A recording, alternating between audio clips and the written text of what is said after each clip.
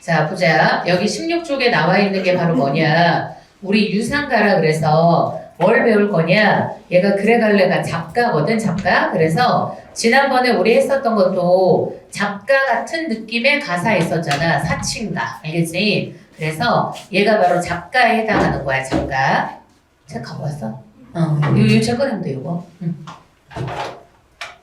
자, 보자. 일단 얘가 제목이 무슨 뜻이냐면 얘가 유상가라는 작품이거든. 요 유자가 무슨 유자냐? 요게 놀유자, 놀유자. 그래서 놀유자에다가 얘는 매산자지. 그럼 산에서 노는 노래라고 해서 유상가가 되는 거고, 얘가 뭐냐면 말 그대로 있잖아. 자연 속에서의 뭘 노래한다. 풍류를 노래하고 있다. 알겠지? 자, 그리고 작가는 가사 영향을 좀 많이 받은 거거든. 그래서 여기도 군데군데 몇 음보 율격이 보이냐? 사음보 율격이 보인다. 근데 전체적으로 다 사음보가 나타나진 않아. 군데군데 사음보 율격이 보이고, 그리고 이 유상가가 작가 특징이 어떤 거냐면 막 이제 뭔가 다른 유명한 노래에서 있었던 구절도 여기에 들어오고 한자도 막 들어오고 그래. 그래서 보면 알겠지만 양반층이 사용하는 뭐도 사용하고 한자어도 여기에서 쓰고, 그리고 그 다음에 서민들이 사용했었던 뭐도 사용하고 고유어도 사용하고, 이렇게 두 가지 언어가 섞여 있는 거라고 생각하면 돼. 알겠지? 요게 바로 작가에 해당하는 거야. 그치? 자, 그럼 처음부터 한번 보자. 잘 봐. 자, 일단 화란춘성하고 만화방창이라 일단 한자 나오잖아. 별거 없어. 화란춘성이라는 건 뭐냐? 봄에 꽃이 피고 있잖아. 만화방창이라 모든 꽃들이 피어가지고 있잖아. 향기롭다라는 뜻인 거야. 알겠지? 자, 그래서 여기서 중요한 포인트는 바로 뭐냐? 계절적 배경이 봄이라는 거. 알겠지? 계절적 배경이 봄이라는 거. 고전 시간은 계절감이 뭔지가 되게 중요하거든. 그래서 지금 봄의 계절감이 나타나. 화란춘성, 만화방창이다. 그리고 이렇게 한자를 사용하는 것은 바로 뭐 양반층의 언어가 섞여 있는 거야 지금. 그렇다고 양반들이 부른 노래는 아니고 조선 후기 때 이제 시비작가라고 해서 사람들 일반인들 사이에서 유행했던 노래야. 자, 그 다음 때 좋다 번님대야 산천경계 구경가세 하고 여기에서 뭐가 나타나? 말 건네는 방식이 나오지. 그지? 번님대한테 말을 걸고 있는 거야. 근데 그렇다고 번님대가 대답을 하는 건 아니잖아. 그래서 이거 보고 뭐라고 하면 안 되냐? 대화 구조라고 하면 안 되는 거 알지? 우리 사칭가도 그랬잖아. 사칭가에서도 어때? 소년들한테 말 거는 건 있는데 걔네가 대답하는 게 있는 건 아니거든? 그냥 말 거는 방식인 거야. 야, 때가 좋다. 그리고 여기서 말하는 때 좋다라는 것은 바로 뭐? 봄에 나들이 가기 딱 좋다는 거야. 번님대야 산천경계. 그럼 산천경계가 자연이야. 자연의 아름다운 풍경 구경을 가세. 그럼 구경 가세라고 해서 뭐뭐새에서 무슨 형 청유형 어조가 나오지. 함께 놀러 가자는 거야. 그래서 친구들한테 일단 유흥을 함께 즐기자고 권유를 한 거야. 그리고 이제 산에 들어가는 거지. 죽장망의 단표자로. 이 한자가 뭐냐면 죽장에서 끊으면 돼. 죽장은 뭐냐면 대나무 지팡이 같은 거고, 망해가 바로 뭐냐? 집신이야, 집신. 집신을 망해라고 불러. 자, 그럼 대나무 지팡이에다가 집신을 신고 단표자로. 그럼 단표자라는 게 무슨 말? 표주박 하나 들고 간다는 거지. 그래서 포인트가 뭐냐면 여기에서 죽장망에 단표자라는 것 자체가 어떤 차림을 드러내는 거냐? 소박한 차림. 알겠지? 그러니까 되게 지금 어때요? 화려한 게 아니야, 절대. 소박한 거. 그죠? 되게 자유로운 느낌인 거지? 죽장망의 단표자로 천리강산 들어가니까, 그럼 지금 천리강산 산에 지금 놀러 간 거야. 꽃놀이 하러 가서. 자, 그럼 아까 얘기했잖아. 봄이라고. 그래서 봄의 계절감이 또 나와. 만산홍록들은 만산, 온 산에 있잖아. 홍록, 붉은색이랑 그리고 그 다음 푸른 색깔. 알겠지? 그래서 울긋불긋하다는 뜻인 거야. 꽃이 피고 잎이 돋아나니까. 그럼 여기 홍록이라고 했으니까 홍록 파트는 뭐기도해? 색채, 대비가 나타나고 있죠. 시각적 이미지가 가장 두드러지게 나타나. 이렇게 만산홍록은 있잖아. 1년 1도, 1년에 한 번이란 뜻이야. 다시 피어서 춘색, 봄의 빛깔을 자랑하려고 색색이 붉었는데, 그럼 여기 봐봐. 춘색을 자랑노라에 대한 출구고 무슨 법? 의법이죠. 그지? 여기 나와 있는 울긋불긋한 이런 꽃들의 모습이 있잖아. 봄의 빛깔을 자랑하고 있다라고 했으니까 의법이야. 색색이 붉었는데 창송 취죽은 창창우르란데 기와요초 남만 중에. 그럼 잘 봐봐. 창송 취죽에다가 출긋고 얘는 뭐야? 이거는 소나무하고 그리고 그 다음 어때? 죽, 대나무인 거잖아. 그럼 소나무하고 대나무는 뭐하고는 상관없어? 봄의 계절감을 드러내는 소재다 라고 하면 틀린 거지. 어차피 늘 푸른 나무니까. 그지? 그럼 창송 취죽. 창자도 푸를 창자고 취도 푸를 취자야. 그러니까 푸른색의 이미지야. 그럼 얘네들은 창창 울을. 어려울 거 없어. 이거 거꾸로 뒤집으면 뭐야? 울창. 알겠지? 거꾸로 뒤집으면 울창하다야. 그럼 이렇게 푸른 소나무하고 대나무는 울창하고 그리고 그 다음 기화요초. 기화라는 것은 화가 꽂힌 거잖아. 그럼 이렇게 신비로운 꽃들이랑 있잖아. 그리고 요초라고 했을 때 초는 어때? 풀초자인 거지. 그지? 그래서 이렇게 신비롭고 요 아름다운 그러한 풀들은 남만한 중에 남만하다라는 게 무슨 말? 흐드러지게 피었다는 거지. 그지? 그래서 꽃이랑 풀이랑 이런 것들이 흐드러진 가운데 꽃 속에 잠든 나비가 자취 없이 날아든다. 그럼 봐봐. 꽃이 피었어. 나비가 날아들어. 다 봄의 계절감. 그지? 그 위에 나와 있는 기와요초가 남만하다라는 것도 봄의 계절감이지. 그지? 자, 그래서 봄의 풍경이 일단 어때? 시각적 이미지 기반으로 지금 묘사가 된 거야. 그리고 그 다음에 이제 비유가 많이 나와. 잘 봐. 유상행비는 평평금이고, 자, 그래서 잘 봐봐. 얘가 무슨 법이냐. 요렇게 묶어서 유상행비 평평금 화간정무 분분설 묶어서 대구법이랑 그리고 여기에 은유법이 나타나.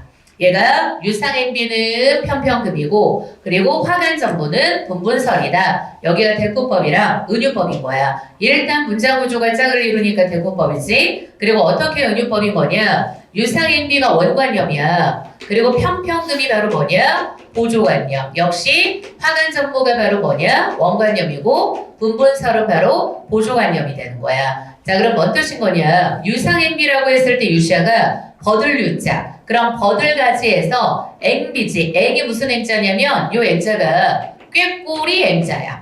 알겠지? 얘가 바로 꾀꼬리 앵자. 우리 사친가에 꾀꼬리 나왔던 거 기억나죠? 타기, 황행하고 시작했던 구절. 그지? 그래서 이게 꾀꼬리 앵자. 그럼 무는 무슨 무자? 춘무자, 춘무자. 그래서 여기서 맞지? 그럼 봐봐봐. 이거 비자구나. 비는 날비자. 그럼 봐봐봐. 유상앵비라고 했을 때 버들가지 위에 있는 꾀꼬리가 날아다니고 있대. 그 모습은 뭐 같냐면 꾀꼬리가 무슨 색깔이냐? 얘가 노랑 색깔이거든. 그러니까 뭐 같은 느낌인 거냐? 평평금. 조각조각 뭐 같대? 금조각 같다라는 느낌인 거야. 알겠지? 자, 그래서 버들가지 위에서 꾀꼬리가 날아다니는 모습은 뭐 같냐? 금이 날아다니는 것 같고 그리고 화간 전부는 봐봐. 화간할 때 화가 꽃화자잖아. 그럼 꽃 사이에서 접이 무슨 접자냐? 요 접자가 나비 접자야. 그래서 꽃 사이에서 날아다니는 그런 나비가 뭐 요 문자가 바로 춤문자. 그렇게 춤추는 모습은 꼭 뭐 같냐면 나비는 무슨 색깔 같아? 흰색인 거야. 그래서 그것은 뭐야? 이렇게 분분히 내리는 뭐 같다? 눈 같은 모습이구나. 알겠지? 그지? 그래서 원관념, 보조관념, 원관념, 보조관념 은유법이 나타난 거. 알겠죠? 그래서 은유법이랑 대꾸법 있는 거고 얘도 마찬가지 뭐가 돼? 이것도 색채 대비가 돼. 그죠? 색채 대비라는 건 어차피 다른 색깔이 있으면 무조건 색채 대비인 거야. 됐죠? 자, 그리고 그 다음 삼춘가절이 좋을시고 그리고 봄이라고 딱 나오지. 삼춘가절. 어차피 앞에 삼자는 해석 안 해. 봄에 가짜가 무슨 가짜냐? 아름다울 가짜야. 그래서 봄의 아름다운 계절이 좋을시고 좋구나. 도화만발. 도가 무슨 도자야? 복숭아 도자죠? 그래서 복숭아 꽃이 만발한 게 점점이 무슨 색이로구나? 붉은색이로구나. 그치? 자, 그래서 봄의 이미지가 시각적 이미지가 많이 나오면서 묘사가 된 거야. 알겠죠? 아름다운 봄의 풍경을 묘사한 거다. 라고 생각하면 돼. 자, 그리고 그 다음이 뭐냐? 어주축수 애산춘하니까 밑에 뜻풀이 있는데 어주라는 것은 바로 뭐냐? 고깃배야. 그럼 고깃배를 끌고 물결을 따라 올라가. 축수라는 것은. 그리고 사랑했자. 사랑한대. 뭐를? 산의 봄에 그 봄의 아름다운 풍경을 사랑하는 것이라더니 여기가 바로 뭐가 아니겠느냐? 무릉도원이 아니겠느냐? 알겠지? 그지? 자, 그래서 무릉도원이 예 아니냐에 답이 출긋고 화자의 태도 무슨 태도? 예찬적 태도. 실적 활자의 태도는 바로 예찬적 태도야. 그리고 또 여기가 무릉도원이라고 했으니까 중국에 뭘 인용한 거야? 고사 인용한 게 나오는 거지. 그지? 무릉도원이라는 건 중국 고사에 나오는 거니까. 됐죠? 그럼 앞에까지는 다 뭘 묘사하고 봄의 아름다운 경치를 묘사를 한 다음에 그 다음에 예찬을 한 거야. 됐지? 자, 그리고 여전히 계속 봄인 거야. 양류세지 사사록한데 자, 여기서 양류가 버들가지라고 생각하면 돼. 그럼 그 버들가지가 밑으로 축축 늘어진 약간 머리카락같이 되게 얇은 느낌이잖아. 그래서 그걸 뭐라고 한 거냐? 사사록이라고 표현한 거야. 사자가 무슨 사자야? 실사자. 그래서 버들가지가 그렇게 가느다랗게 실처럼 이렇게 푸른빛을 띠고 있는데 황산공리에서 당춘절, 황산공리라는 곳에 당은 우리가 지금 어때? 접했다는 뜻인 거야? 춘절, 봄의 계절을 접하니까 연명오류가 우리 연명오류도 중국에 나오는 거야. 옛날에 도연명이라는 당나라 때 시인이 있었는데 이 사람이 있잖아. 집에 뭐가 있었냐? 버드나무가 5그루가 있었대. 그래서 도연명을 무슨 선생이라고 불렀냐? 5그루의 버드나무가 있었기 때문에 얘를 오류선생이라고 옛날부터 불렀다는 거야. 그래서 연명오류가 얘가 아니냐? 그러면 이게 무슨 말이야? 자기가 그렇게 풍류를 즐겼던 뭐처럼 느껴지는 거야? 도연명처럼 느껴지는 거. 그지? 그래서 이것도 역시 바로 무슨 태도야? 예찬적 태도. 됐죠? 계속 봄의 경치를 드러내고 예찬하고 있는 거야. 자, 그리고 그 다음 제비는 물을 차고. 그럼 봐봐봐. 제비는 물을 차. 다 봄에 뭐가 느껴져? 자, 이 부분이 어떤 거냐면 요렇게 지금 다 뭐라고 쓰느냐? 봄의 생동감이라고 쓰면 돼. 이 부분이 바로 봄의 생동감이야. 제비는 물을 차, 기러기가 물을 지어, 거지 중천 높이 떠서 두 날개 활짝 펴고 펄펄펄 백운간에 높이 떠서 천리강선 머나먼 길. 아주 옛날에 지금 평가한 기출에 요게 나왔던 거야. 요슬 피운다. 요슬 피운다를 절대 뭐라고 하면 안 되냐? 얘 보고 있잖아. 감정이입이라 그러면 안 돼. 알겠지? 요건 감정이입이 아니야. 왜냐면 감정이입은 화자 감정이랑 대사 감정이 똑같아야 되는데 나는 지금 절대 슬프지가 않거든. 알겠죠? 그래서 얘는 감정이입 아니고 이게 작가라는 게 여기저기 좋은 구절을 막 이렇게 뽑아가지고 부르기도 하고 논리성 같은 걸 생각 안 하고 넣기도 한단 말이야. 그러니까 갑자기 슬피 온다 그러니까 좀 안 어울리는 느낌 나잖아. 안 어울리는 느낌 나는 게 또 있어. 그게 뭐냐면 여기 기러기 나오잖아. 기러기는 봄에 없어 우리나라에. 제비가 봄에 오는 애고 우리 제비하면 딱 봄이잖아. 근데 기러기는 뭐냐면 얘는 가을에 날아오는 철새인 거야. 그러니까 지금 논리적으로 안 맞아 이런 것들이. 알겠지? 자, 그래서 그런 논리성에 안 맞는 것들이 존재한다. 작가 특성상. 어이가 꽃을 피운다. 절대 감정이 많은 거. 그리고 원산은 첩첩. 그럼 원산 멀리 있는 산은 첩첩이야. 태산이 큰 산이야. 그럼 큰 산은 뭔가 주춤하대. 무게감이 있다는 뜻인 거지. 기암은 층층해. 기암이라는 게 무슨 말? 요 기자가 기할 기자야. 그래서 되게 기이한 바위들은 있잖아. 층층 바위가 있는 거고 장송이 뭐야? 큰 소나무. 큰 소나무가 낙낙이래. 우리 왜 거꾸로 낙낙장송이라는 말 쓰잖아. 낙낙은 가지가 밑으로 막 흐드러진 거. 겁나 큰 소나무를 지칭할 때 낙낙장송이라 그래. 됐지? 자, 그래서 이렇게 해서 A 구부러져 광풍 미친 듯한 바람에 흥을 겨워서 그럼 이게 중요하지. 흥을 겨워 우주를 쫄춤을 춘다. 그럼 여기는 바로 뭐가 돼? 얘는 감정이입인 거야.